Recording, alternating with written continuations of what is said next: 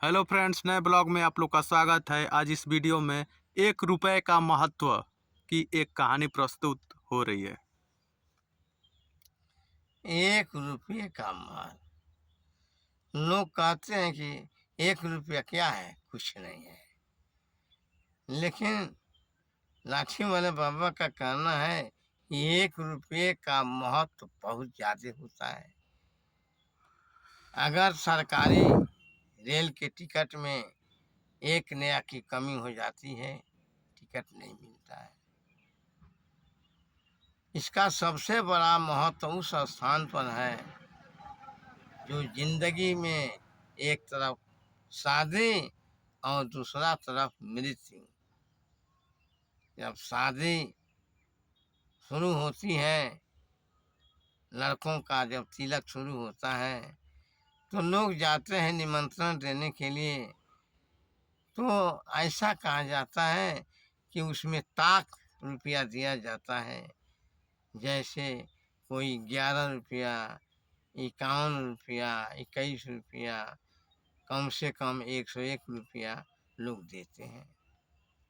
दुरुस्त यानी कहने का मतलब ये है कि जरूर 1 रुपया रखा जाता है। ये 1 रुपये का महत्व जो है शुभ माना गया है।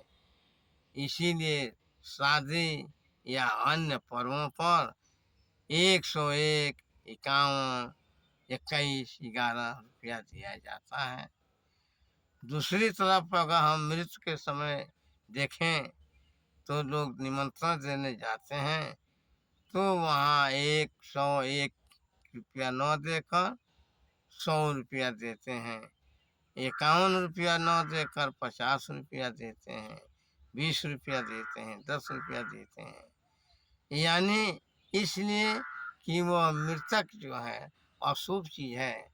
अशुभ चीजों में ताक रुपये का नहीं दान दिया जाता है, दुरुस्त का दान दिया जाता है। और शुभ अवसरों पर ताक रुपया का महत्व माना गया है।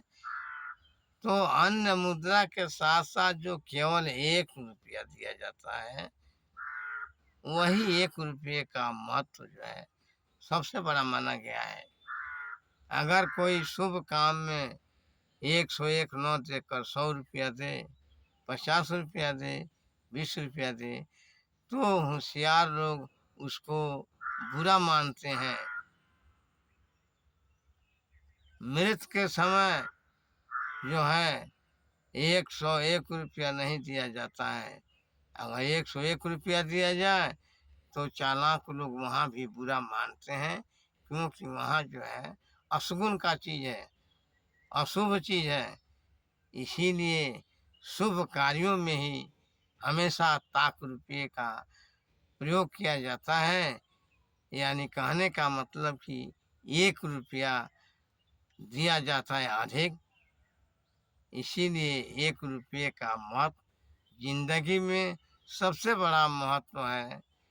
धन्यवाद। ठीक है फ्रेंड्स, लाइक और सब्सक्राइब जरूर करें। धन्यवाद।